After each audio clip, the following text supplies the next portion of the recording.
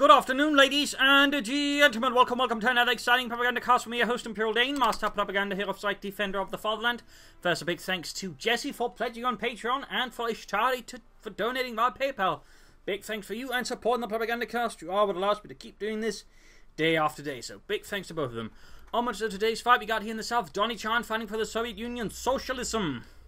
Taking on the role here of the 17th Tank Corps vessel north, we got here Prodigy, just call him that, fighting here for the Wehrmacht, Germany, Deutschland, taking on the role here of the 3rd SS Panzer Division Totenkopf for Lightning War, Mobile Defense and Mechanized Assault, Triple Infantry, versus Donniechan's Lend-Lease, Terror Tactics and Soviet Industry with Sniper, Machine Gun and Infantry. Doubling gear start there with Penal Troopers there planned though.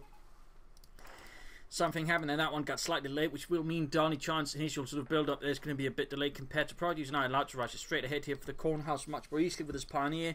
Grenadier MD42 start there. So both players essentially aiming for both very much meta openings there. The only issue was a slight micromanagement accident there for Donniechan, delaying his penal troopers, which will allow Prodigy sort of set up for slightly improved position here on around this side of the map. Though generally, as a rule of thumb, I do not recommend as a Wehrmacht player you go for the eastern side of Angerville sort of early on. It's a very risky proposition that can quickly backfire on you. But in this case, again, he is allowed to get up here ahead of time. Again, due to Donniechan's slight mistake, allowing to grab the house while off here and pretty much making it much harder for Donniechan to do anything towards the eastern side. More Grenadiers arriving there for Prodigy. Almost unwinding off there, but there's still a small gap in there. Going to use special force, got the infantry sitting up there as well. And I can just sort of finish the wire there if he wants to. Few upon the west being secured by engineers there. Grenadiers move up support and connect territory there for the fatherland.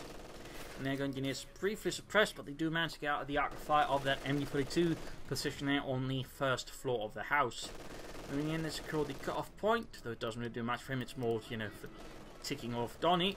Grabbing the fuel pond there as well. Grenadiers move down the west side. Of course, that's going to be much weaker now. And obviously, with Donniechan will be pushing all of his efforts. So Prodigy will need more efforts in the west to really have a chance there long term. But so far, the west is going to be then Donnie's. Second penal score on the way there for Donniechan as well. Now the player here going for a doctrine as of yet. Opening up, they're doing very, very light damage to the Special Rifle Command there. I mean, in theory, the MD42 could take down, but it's going to take ages to do so. Ages. So, I mean, yeah. It's a theoretical possibility, but in terms of actual practicality, not much. And there you go, Donniechan continues to move ahead here, realizing, of course, that most of what Prodigy's got is at the front line here. He basically swings around here, very sort of neat trick on Angerville. The opponent says to focus on run spot. You can sort of use the cut-off points to quickly hit him harassment elsewhere. So, sharp move there by Donnie, certainly forcing Prodigy there to pull resources away from the front line to then respond to Donniechan's flanks and harassments. Of course, another option would be if you had satchel charges, sort of move up here and maybe satchel through here, just use a flamethrower, much more common trick. Flamethrower here, attack ground through the hedgerows here to the building there. In this case, it moves out in front of the MD42, which quickly turns about. Not too good move there by Donnie's entire force there, quickly suppressed. That's 1200 rounds per minute goes in their general direction, which is not something they're very fond of. Gun is putting out there to deal with the Stravniki. The third penal was on the way there for Donniechan. Small risk of losing the one here on retreat. Looks like in this case he does get a bit lucky. Troops are reinforcing. Getting ready for the next big push. And there you go. Prodigy advancing hard into the western side of the map there with all of his Grenadiers bunched up. Bit of a blow up there, but no upgrades for the Grenadiers. Force on the way there. Could be here. Prodigy is planning a tier 3 rush then. Heavy Grenadier builds with the single MD42 10% of indicative of a tier 3 rush. But there go, caught out there with our penal troopers. Not really good. He's trying to pressure here, but now we've got units in the way. His Grenadiers here are basically just taking a lot of free hits from Donniechan's force because again the Grenadiers aren't firing back. So this is very much to the benefit of Donnie that he just keeps running with his Grenadiers because it just gives his penal troopers even more power. Already there, one Grenadier squad's, you know, turned back. So really he's going to try and sort of establish a line here and then fought off Donniechan's forces, but instead it just keep running and just, you know, took a lot of free hits. And there you go, flamethrower units then hitting the exposed MD42. Attack ground there through the hedgerows, forcing the MD42 out there. So all of a sudden things are very quickly collapsing there for Prodigy, rather than doing the slightly unfortunate start there Donniechan suffered from. No tech up yet there for Prodigy, so I'm going to need some time to reinforce. Against the Grenadier support there. Other Grenadier to support. Getting a bit close there for Prodigy. At the same time, Swift advance there from Donnie in the east for the 17th tank corps. Got his low on health. Forced away. And take off for Prodigy. We've got Pioneers with flamethrowers with Engineers with flamethrowers. And in the Pioneers do win since they also have the MP40s, meaning up close they do have the advantage there versus the flamethrower Engineers. Grenadiers here versus Penal Troopers. Continuing the fight here. A lot of corpses just keep appearing, but in the end the Penal Troopers do persevere due to having better short to medium range damage. Engineers move to clear up the wire. Good work there by Donnie. Pioneers going to find there. Go. Penal Troopers finally push back. This we got a second wave there. Grenadiers moving up for Prodigy and the 3rd SS. Torted Cuff. Take up down there. Bunker going up for Prodigy as well. In the fight, got Penal Troopers hitting the West victory point there. Pioneers might have to intercede, but then again they need support to really do that. Moving in towards the house here. Low on MD42. By the way, low on health, very low on health there. Moving up the western side, it's going to need to get a Grenadier squad there with medical kits to support that, because otherwise it risks, just a few hits from a good flank completely wipes it. So, rather risky move there by Prodigy. Rather risky move. They can pay off, and so far it is paying off, but like anything here goes wrong, and the MD42 is going to be Donnie. So, it's not without some pretty big risks what he's doing. And there we go, we've got a force going in there. And looks like again he's trying to set up for a flank here, or at least sort of have some elements flanking again. There's a chance of them losing the MD42 there. Pilms out there getting shot to bits by the Grenadiers. And there you go, quick retreat as he realises he's actually landed that machine gun in hot water. There you go. Pilms was forced back. Grenadiers are suffering some, but overall doing a lot of damage there. Cutoff point secured again. He could lay down some S-mines around here. Of course, light machine guns for Grenadiers would also be a pretty solid choice. And there you go, Pilms was got wiped. Bit of a loss there for Donnie. In this case, too far behind there. Again, in this case, that was the lack of an exit strategy. Again, what happens if your opponent counterattacks and tries to block off? How do you get out of there? In that case, Donniechan did not have any sort of exit plan. There was no way of them getting out of there alive. This sort of unit got attacked. So he pretty much sent them in there to die, which with Penal Troopers is quite expensive and rather wasteful. So you can see they pretty much did no damage. No further take there for Prodigy, but no like to make a nice company either. In the meanwhile though, Donnie is taking. Could probably rush out a half take. He wants to be more likely he's going to aim for the T-70, that way deal with Prodigy's play. Stuff moving up, engaging the fascists. Remember, Alexander, just aim for them. Don't aim besides them, aim for them, at them. Penals are flying up behind, they're going to be shooting at them. And is quickly pulling into cover, good work. Penals have to fall back as well, as they are rather exposed. And the MD42 now fully healed. Sweeping in from the north there to that way put pressure on Prodigy. In the south, Engineers bring up. We got a single Pioneer squad with flamethrowers occupying the house, defending the carve point. Penals continue to fall back, and there go Engineers to also force rush. In this case, though, not likely to get wiped out, not likely. Though he's pushing in the Penals just in case to sort of draw attention away from the Engineers.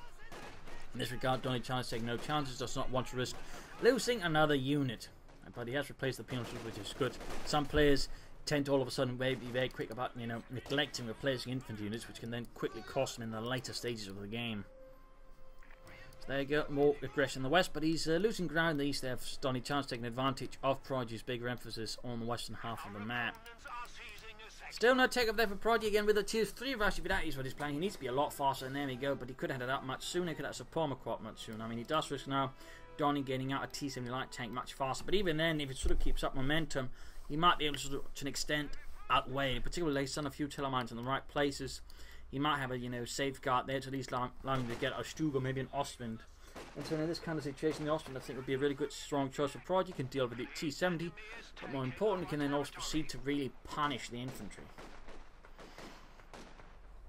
So we'll have to see what Prodigy aims for versus Donnie. Up close here, the Penal Troopers are definitely beating the Grenadiers, but he actually ends up retreating, and it's probably again due to the whole exit strategy. He realizes again if he gets flanked, if he persists for too long, it then gets pushed off. There's a chance of losing another Penal Trooper unit here. So in this regard, Donniechan probably ends up making what is the safest and wisest of choices. And there you go, T-70 light tank out there for Donniechan in the 17th tank corps. And there we go. Can't finally build it, a bit late there. We'll have to see, will he go just immediately here for a Puma, because it is still open for him as an option, but again, he could just wait for the Stu or the Ostwind. Bit more risky, but he could try and just, you know, play for time. And then get up something that's going to have a bit more of a bigger impact versus Donnie than just a Puma. So again, Telemines would help with that, and looks like he is aiming here for the Puma, but even then he's some command points off from it. You could go for Ostrom to soak up some of the fire, draw attention away. He's got the support crop, in fact, that just pushes him straight into Puma territory, and now just needs the fuel for the Puma. 234-2. Again, laying down mines there, good spot, good spot.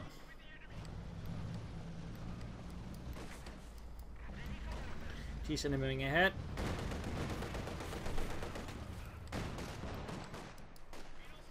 Pins with their attacking grenadiers.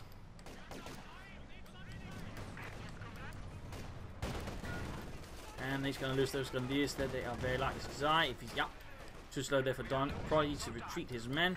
Unfortunately there, and there you go, we got the Puma out there for Prodigy and the 3rd SS Panzerdivision Totenkopf, so named because its recruits were initially drawn from the concentration camp guards, probably because there are too many there. I mean, several of the SS divisions, the early ones, at least a couple of them, usually drawn because like there was too much manpower going somewhere else, so they had to sort of, you know, use those as sources.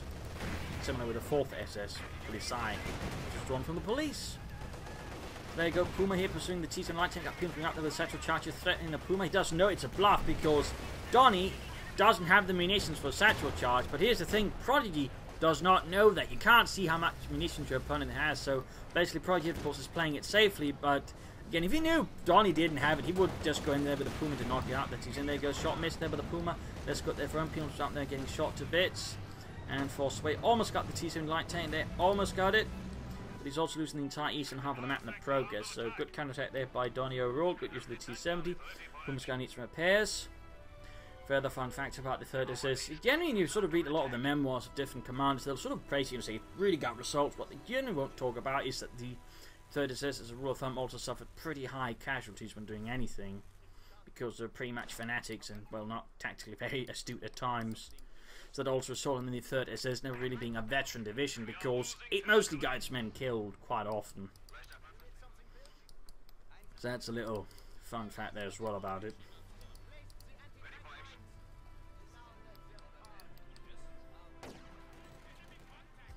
Before he's just setting up there, Puma's moving straight into that. Puma just hang back, waiting, flamethrower fire, and MG42 fire there on the Puma troops. They're going to have to retreat very soon. They cannot last much longer. And right here, though, Donnie makes a mistake, moves up close to MG42. The thing to mind about, of course, is units next to him, suppressed units, also risk getting suppressed. In that sense, a lot of the suppressive fires tend to be sort of a bit like AoE, unlike the MG34 thing, which actually doesn't quite work like. Say, like an MG42 has a decent sort of AoE, meaning units that are too close to what's getting shot at, also risk getting suppressed. So right there, Donnie did make a mistake there, moving his other Puma troop squad too close to the first one that was already being suppressed. Back over flank, hitting the cough, in this case still taking the damage, being pushed off.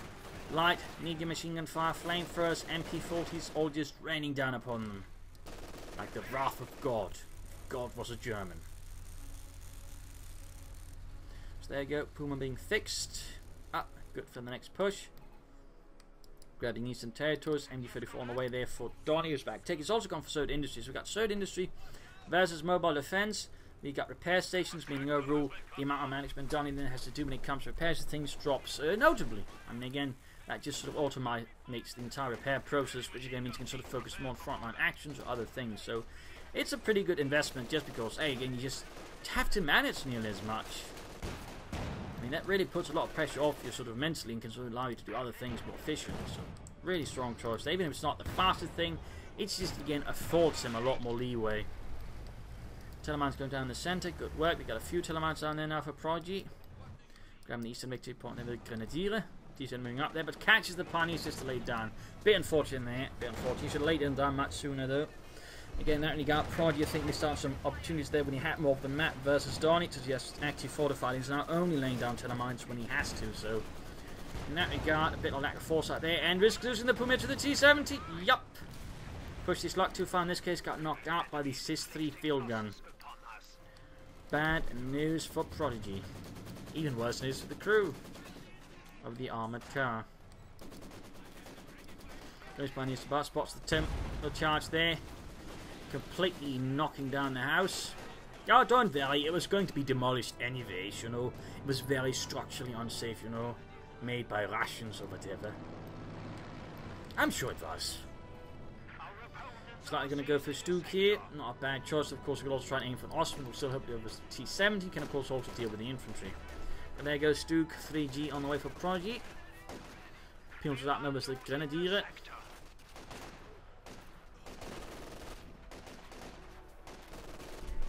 He's going to need support there for the Grenadiers because even, you know, with a light machine gun in the house, there's just too many Pions outside just trying to get in. We also get a fuel drop there for Donnie, allowing him further rush ahead, maybe in terms of tech. Puts it up for the KV-8 if he wants to. Or maybe plan something else. Who knows? Sure, they're almost done. Ralph's getting it off, and lands a decent hit. Doesn't get any wipes there, but you know. Details. As all of this is happening, Donnie's just securing the western half of the map. They're using his field gun. Going to hit straight to the Maxim. Quickly suppressed. And forced up to cover the centre road. He's not really got a lot to deal with the T-70. He's got a Panzerfaust there, which is good. And we got the Stu 3G of ramming there for Prodigy and the 3rd SS Panzer Division. T-70 running away. Equipped with a 45mm gun, which is actually what most Soviet tanks in the early stages of the war had equipped, like the T-26, the BT-7, and they had most of their tanks equipped with just 45mm guns, which weren't that great against the Germans. Never mind, they were also very lightly armoured. They even had the armoured cars, the BT-28 or something like that, equipped with the 45mm guns, so that later move on to one just equipped with a light machine gun. Telemines there from Prodigy.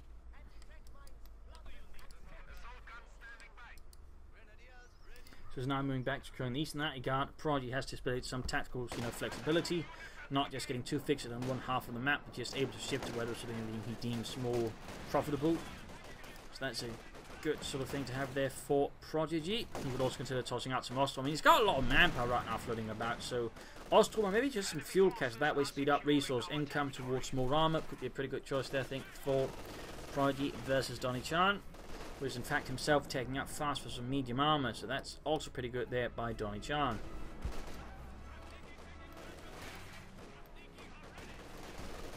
Stravniki are ready. That's going to be a push there. Got the T-Sin rolling in again. He's going to get the Stug over there to deal with that. There we go. Rolling ahead for the fatherland demo charge and the cut-off point. Good work there by Donnie. In that regard, Donnie's mining has already been more preparatory, I think, than Prodigy's, which again it feels a lot more reactive. Again, you're sort of the best kind of mining, so one actually sort of prepared ahead of time rather than just trying to react to what's going on.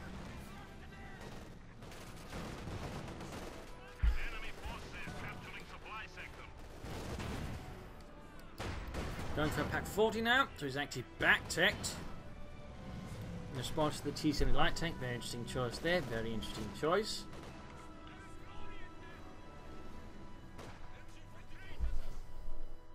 Still, he's getting the eastern half of the map there away from Donnie.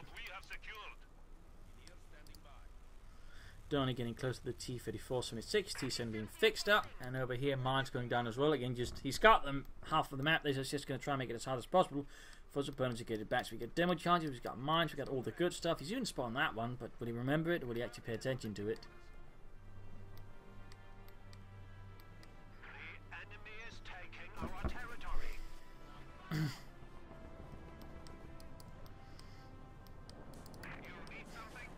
Pumes and Guineas marches towards center. We got the MD-42 that is ready to counter this Russian assault. More gunners around to support in there. Go one squad for suppressed. We got the T-10 from the other side. Need to get the Scoop down there to deal with that little armored threat. There you go. Panzerfaust could maybe go in for the Super 8. It's too late already. Too slow to react to the T-70. More Pumes are moving up. Need to switch over to deal with them first. Pack 40 moving in as well. Still a stalwart defensive by Prodigy against Donniechan's assault. Who's going for a Katyusha rocket launcher.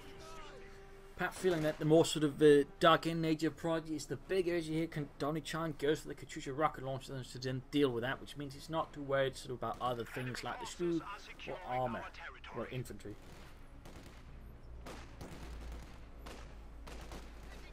I mean, we'll obviously go for the CoH2 to deal with infantry, but again, it's sort of more a static defensive nature there, sort of usage of it, that sort of I think is giving Donniechan more grief.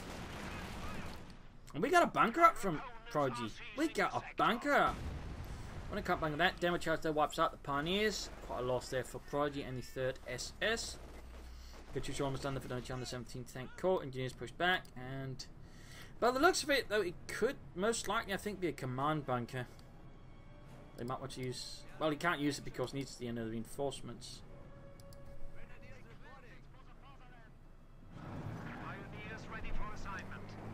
Securing territory on the west. I mean, he could try and launch a larger movement here, but so far he's very much more focused about digging in the east. And again, he's waiting for reinforcements here, so that's also sort of locking down Prodigy's forces for the time being. And there's still a few moments there before he can even begin upgrading the command bunker to a command bunker. But there we go. Command post. You rarely see those, but nice to see them when you do.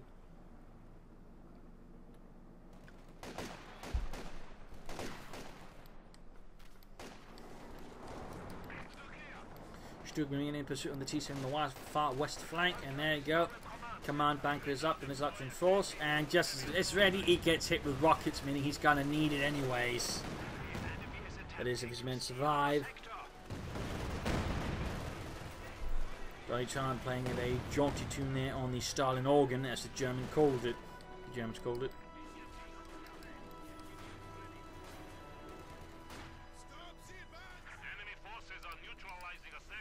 Still, he can now reinforce from the front line, and that's going to give Prodigy some strength. That's going to make it a lot harder for Donnie to push him off. So that is a pretty good thing there overall for him. As for Donnie, he could be slowly setting up there for the KV2. He's got the command point, he just needs the fuel. He can actually call in some of that fuel sort of towards the KV2 heavy tank.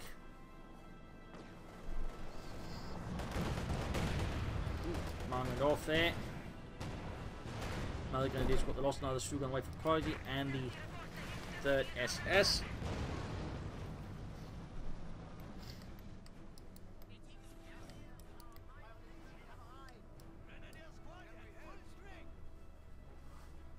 More minesweepers for Prodigy. Again, he's certainly getting a lot more aware of Donniechan's mining habits, demo charges and the likes, then certainly does not want to be caught off guard by it anymore. And for good reason. We can see there's another demo charge where this first one was pretty good move there, because there's a lot of sort of mental oversight where people can just assume, you know, if he's mined it once, demo charged it once, he's not going to have it there again. But in this case, though, he did, which then of course rewards Donnie there for going for the minesweeper. So good work there. Gute Arbeit, Leute. She's on there with the damaged engine, mines going down the centre. We got 10 mines there. I mean, both players sort of now using mines a bit more actively. Trying to get the T-Snare, they got a field gun nearby. We've got mines there. I mean, he's expecting his opponent to try and rush here, so he's laying down several mines. So again, Donniechan, very much a man about preparation here against his opponent, setting up the battlefield ahead of time. Though of course he could lay down some sandbags to further assist for that. But overall, good mining there, good mining. Even if Prodigy never ends up attacking Donnie's base, you know, it's still going to have, be, strategically sensible. Again, I mean, it makes sense just to prevent your opponent just rushing into your base for, say, CoH2 or something like that. Another CoH2 barrage here. Trying to get some support over because they're being swarmed by Pilgrims engineers. Pulling back into the house, and there you go, this running grenadiers scurrying away from the battlefield. The sight of the Russians charging at them becoming too much. There you go, light machine gun fire having impact there on the Strafniki. They got Petrov! Yep. 28 kills on the grenadiers, pretty good there for Prodigy, pretty good. Up here trying to hit the bunker, but the Stugendid does it. Mein Gott, Fritz-Stone destroys the command bunker. The commander will be most cross with us. So this way he keeps his best schnapps.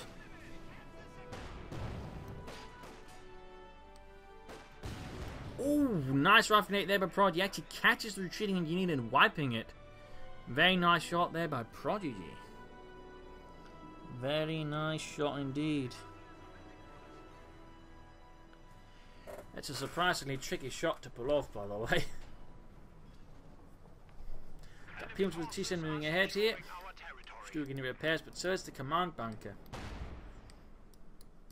And we got another MG4 there for Prodigy and White to try and contain Donnie's infantry. But again, west side very open, not a lot happening to them in the max. Could be theoretically flanked. You just need a bit of armor support to keep away any T-70. So, well, you know, he needs to, I think, put a bit more pressure on the west side there. Moving up, but there you go. A lot of people from Donniechan got the field gun moving up there, making any attack there very difficult for Prodigy without any sort of serious support from his own side. And Morty, I think, could actually be a pretty good choice for Prodigy, which would certainly make it a lot harder for Donniechan to use his own support weapons. Donniechan now following up with the T-34 from 6 as he's doing the fuel drop, so he's clearly not just playing straight for the KV2, though he could actually probably get away with it now. He's clearly not intending getting it right now. He's probably not feeling his force composition is quite the right one for supporting the KV2, and that might in fact be a pretty good assessment there by him.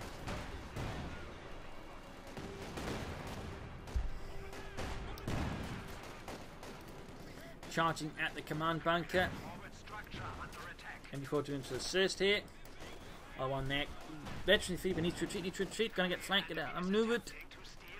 Pack 40 also needs to reposition, is rather exposed and cut off from the rest of the force. But there you go, MB4 sitting up there. Might just be able to prevent him from rushing at the command bunker and finishing it off there with a satchel charge. Lost eventually 3 MB42 crew. Big loss there for Prodigy. Big loss, he's very much in the defensive as Donniechan. That's only giving Donnie more strength. But there you go, halts the entire force, got too close to the machine gun bunker. The machine gun again. And units being suppressed in the first place.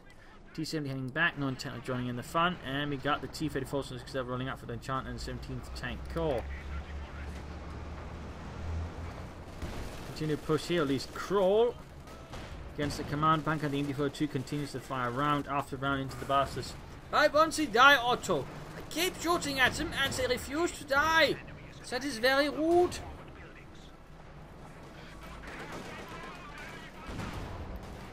There we go, target weak point, but gets taken up by a field gun.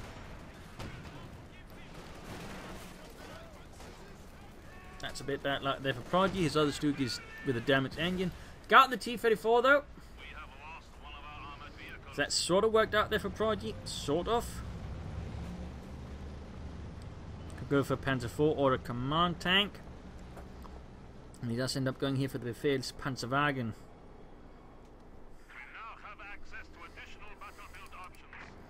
Setting out there ahead of time. Fun fact, the first sort of heat round would be issued to tanks like this one with a stubby gun was introduced in 1942. Fun fact, it caught the Russians so far off guard that initially they thought they were flukes when they lost KV tanks at range to German tanks and Stugs because they just couldn't grasp the heat rounds. Until then, if they didn't see no flak aided, how did they just, assemble their attack in front of the German anti-tank guns because they knew they couldn't scratch their tanks. So when suddenly the Germans began firing, heat rounds from Stugs and Panzer IVs, it completely caught them off guard. It would have been, tanks like this one, for example. They're not command tank, obviously, but with a short gun there, Stugis, or whatever Stug models there. And Jürgen there got caught in the tank, it seems. Ah, Jürgen, you're always so clumsy. Even in death, you're clumsy. Yo, couldn't you pioneers get that guy on stock? Ah, we don't want to. It's gonna take ages and the Russians would like to be attacking anyways.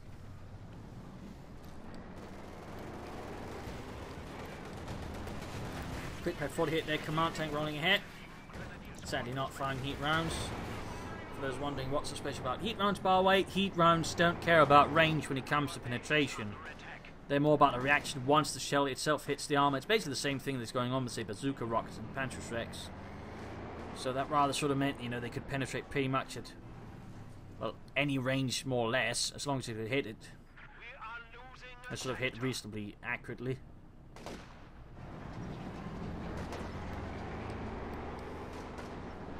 So that's a little fun fact.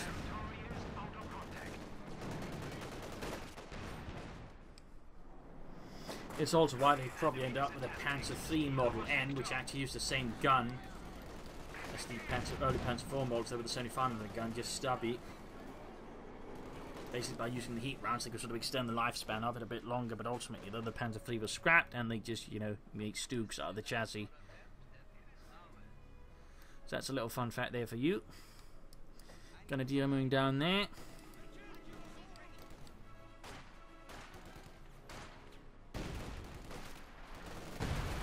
Got artillery fire there from the KB2 heavy tank.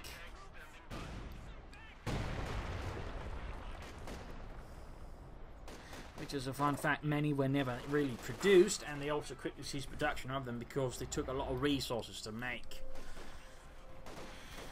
And they rather didn't make the cut. That's a little fun fact there about KB2s. Another fun fact is the turret had a tendency of jamming if it got hit. So it basically wouldn't be able to rotate. We got the KB2 there moving ahead. T moving up there down the centre road. Panzer IV command tank blasting in there for the west again, pushing up. There's not really promoting much evidence again. The thing is, it's really easy to just fight that machine gun with, say, command tank, Panzer CoH2, or anything. Just wipe it, and then the entire western side is open. But instead, Prodigy sort of been caught up more with defensive posture in the eastern side for quite some time. Not really going anywhere. It's sort of like a Stalingrad situation here.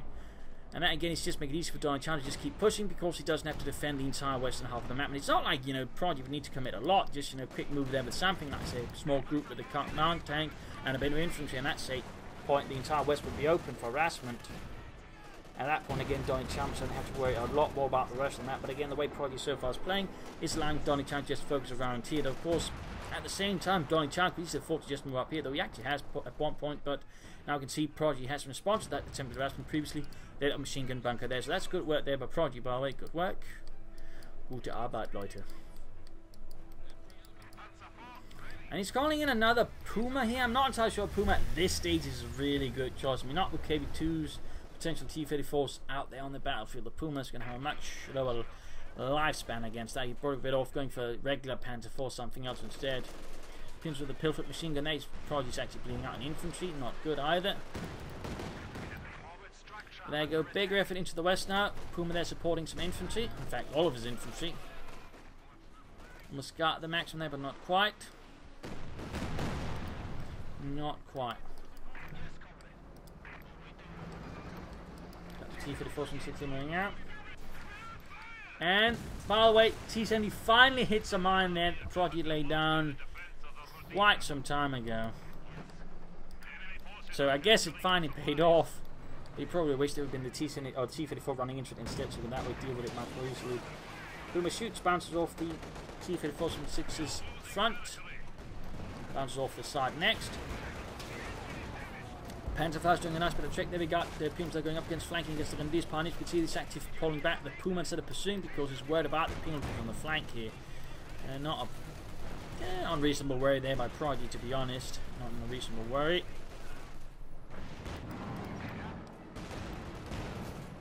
Panzer IV there from the command of Pumas there, but at the same time taking hits there from the KB2's 152mm gun. Grabbing the western fuel point away there from Donniechan, which now forced to move more forces towards the west to respond to these aggressions by Prodigy into the west again. If he'd done that sooner again, he probably could have much more maps sooner, maybe also be able to stall Donniechan's KD2 or anything else a bit better. So I mean, that would also been pretty good there for Prodigy in that sense. But that is that, and this is now. It's being assaulted. Nope, he hasn't upgraded the light machine gun, which could have been helpful. Going over the Stuke support on the west. Noting, by the way, there's no mines here to cover up a flank through that area, so again, that could also be a reason to sort of push through the west there. Might have allowed to rush the Katyusha.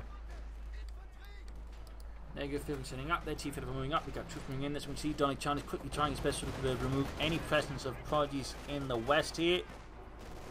Launching aggressive counterattacks. Got these command tanks on trying to flank him, but that's going to straight into the T-34 there. Direct hit plus the field gun, so I think I'll deal with the command tank, and there you go, good hit. KB2 also lands a scathing hit there on the Panzer IV command tank, and there you go, knocks it out. Misses there with the Stuke. Pioneers taking losses, trying to repair the command tank, but the T-34 finishes off there. Not good for Prodigy. It's not like he didn't at this point know there's a KB2 about. Getting the T-34 there, but losing the command tank will hurt Prodigy a bit there, will hurt him a bit. I mean, compared to the T-34, the command tank does cost more. That's not really a great trade there for Prodigy. That is not a really great trade. If anything, quite the opposite is a bad one. Not a catastrophically bad one, but could have been better. Could have been a lot better. So obviously for Prodigy, it's going to be sort of how does he deal with the battlefield with the KV2? They're sort of, you know, providing quite an arc of fire, which makes it harder for him to use some of his units nearby. In particular, his infantry will be in a hazardous situation if you get, you know, you get within the effective range of the KV2.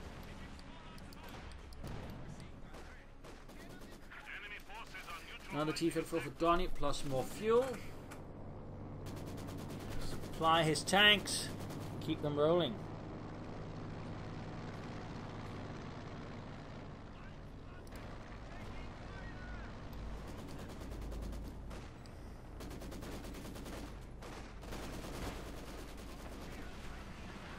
Maxim versus Grenadiers. Engineers went for the center. Katyusha firing again. Binding the position here. Try in this case, I think, to silence the command bunker and machine gun nearby it. So a lot of fighting sort of happening here across the front. Almost getting the Maxim again, but again, only almost. Never quite. And now it's going for the Ostwind. Curious tries to go for the Ostwind. Now I feel when there's actually a lot more armor out in the field and other bits there, rather than in the early game, where I think an Ostwind would have done a lot more for him versus Donniechan's early game. So Ostwind feels a bit misplaced by now, to be honest. I mean, there's not so much infantry left for Donniechan either. I mean, he's lost penal troopers too, so the Ostwind just feels like a weird choice. I mean, it could be used to shoot some of those supply planes, but I don't know if that's really that worth it at the moment. So, feels like a weird choice there by Prodigy. Feels like a weird choice to get off with another Stug or Panther for something else rather than the Ostwind here.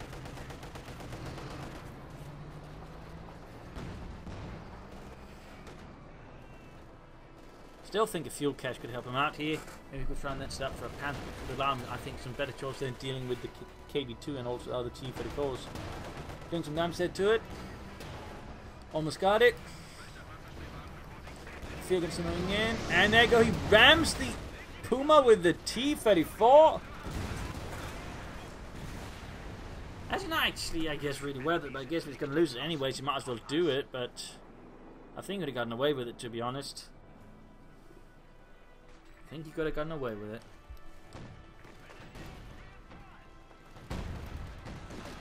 There you go. Also dealing with advancing Strofniki.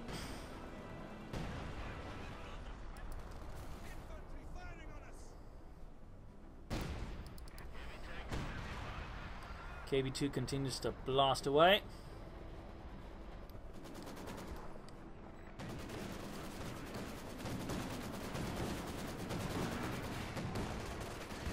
Got the Ostwind running, but taking a straight hit there from the SIS-3 field gun. Down to half health right, there you go. Grenadiers flanking up behind here, the SIS-3 field gun, trying to wipe it out. And we get it, that'll certainly have him out. There you go, got the KV2 getting too close there, taking hits from the 152mm gun. And there you go, field gun no wipes. You could try and steal it, turned against Donnie. That would not be a bad choice at the stage here. Not a bad choice. Dorm said he decides just to wreck it, which is also a viable option, but I do think he should, you know, try and make a run with it. I think that do Prodigy a lot more good. Demo charge goes off. They're almost wiping the entire Grenadier squad. In Easter, Ostrom or Engineers they're being dealt with by the Ostwind. Could go for some Ostrom though. Some more infantry that way could help out Prodigy a bit in terms of map pressure versus Donniechan.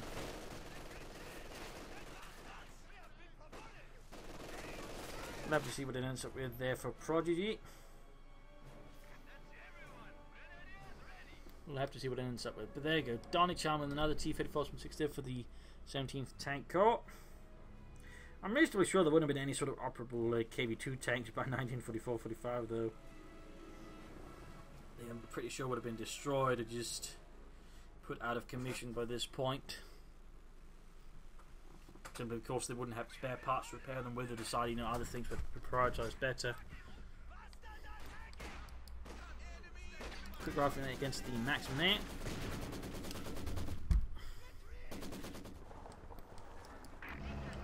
T-34 from 6 sending out.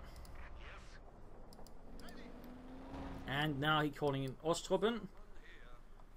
Ranks of cheaper infantry to try and maintain the front line versus the Russians.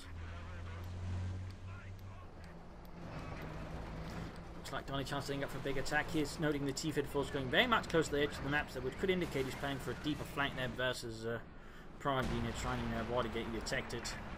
Teleman's going down, and there you go. In the far west, MG42 was the T-34s and 6. Ostman within range of the KB2.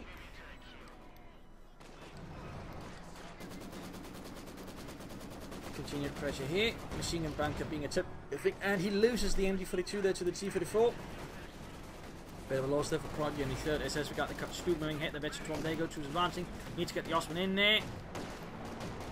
I don't think he's going to have the machine gun back on time. He didn't upgraded it, so it's not going to be ready at all. In fact, there's a chance that Donniechan might grab the machine gun. Rifle grenades off. Canadian's about to get wiped. Bit lost there for Prodigy. Bunker down, and the machine gun lost as well, so that could have, I think, been done a bit more efficiently. MG42 versus Ostrom now Maxim. Cover shattered. Ostrom getting blasted. And there you go. Maxim crew wipe. Quick and furious deal up with the Ostrom. Need to get the Stug down there, but of course need to keep the penalties at bay as well. Protect the Stug.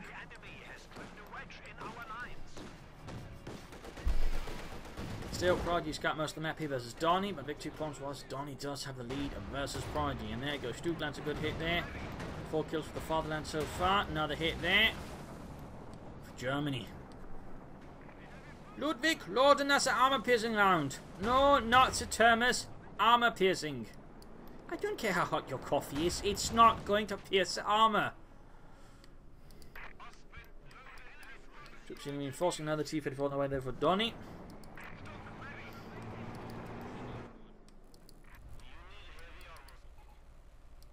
Another repair station there for Donnie to repair his tanks.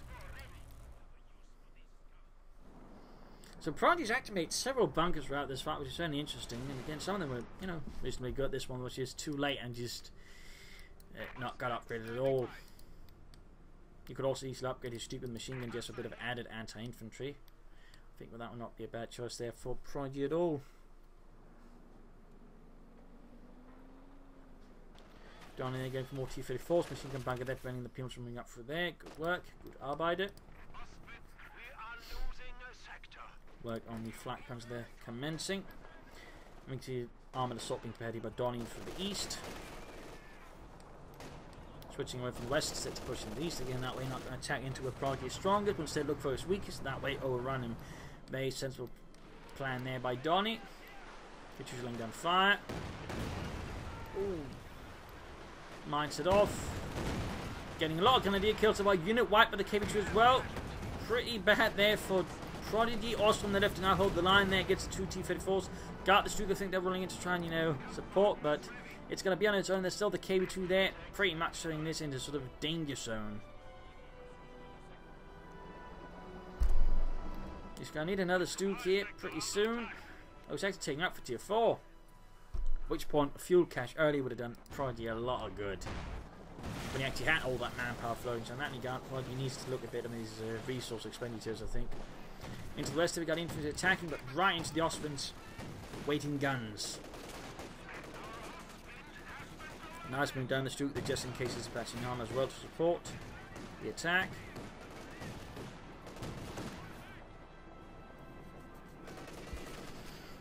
Peons was pushed back. T-34's not doing much. He's going for a third T-34 now, in fact. He's going to be setting up for a big assault. He's building heavy panzer corps. Timing-wise, I think it's a bit risky. Again, he doesn't have fuel caches. Risky. I think we should have gone for another Stug first to have a better chance, to be honest.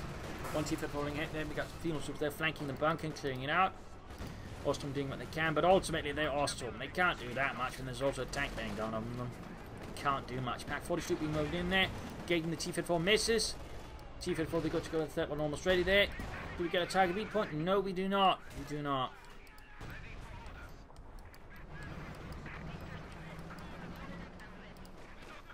Penal trip is wiped though. That's a bit of loss for Don. He's barely got any infantry left. He's barely got any infantry left. They're going to gain the Stug G. KB2 fires. Units are being bunched up. Oh no. Katyusha fire.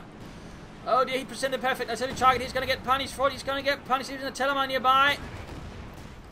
He's moving in the Ostman. The Ostman's not going to do much against the T-34s. Pack 4 is going to get wiped. Direct hit by the rocket.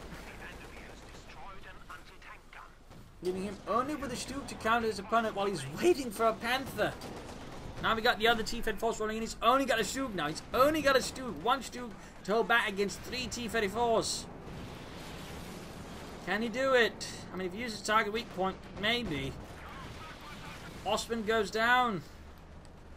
Oh dear. Stug there being swarmed now by the T-34s. Did not use target weak point. Gains for T2, but it's all too late in there. Go kaput. Game over. Prodigy lost. A victory for the motherland and Donniechan. A brutal fight here on, well, Engerville. We saw this fight sort of switch from the west to the east to the west. There's a bit back and forth there between the two players. Command bunkers, machine gun bunkers, flanks, and whatnot. An interesting fight there. Again, the overall issue for Prodigy was just, again, he made some wrong calls. Like, for example, you know, when he was close to Stug on Ostwind, he could have just, I think, waited a bit longer and should have prepared ahead of time with Telemines instead of just going up for the Puma, which overall you think, you know, would have helped him a bit more longer term because he rushed out an early Ostwind rather than going for the Ostwind when there was barely any infantry left. And that guy, you know, kept making sort of some weird calls versus Donniechan, which really didn't help him. Also, when he's flooding manpower, fuel caches, I think would also done a lot for Prodigy. Comparatively, Donniechan mined ahead when he had the time for it. He just prepared defensive ahead of time, slowing down Prodigy's assaults, which rather gave him much, you know, greater strength, and he was also just able to make sort of much better calls than Prodigy. Also factoring again for large part of the time, you know, the entire western half of the map was Donniechan's, with Prodigy not really doing much there to sort of dislodge him from it. So there were some issues there for Prodigy, which, you know, despite being close at times, ultimately though, I think cost him the game. So there you go. I hope you enjoyed this match. I hope you learned something from it. If you did, one, subscribe, tell your friends, share it with everyone. If not, send in a replay of your own, or provide some feedback in the comment section. This is Imperial Dancing. Cheers. Thank you for watching. Hope to see you tomorrow for another stunning episode. Bye.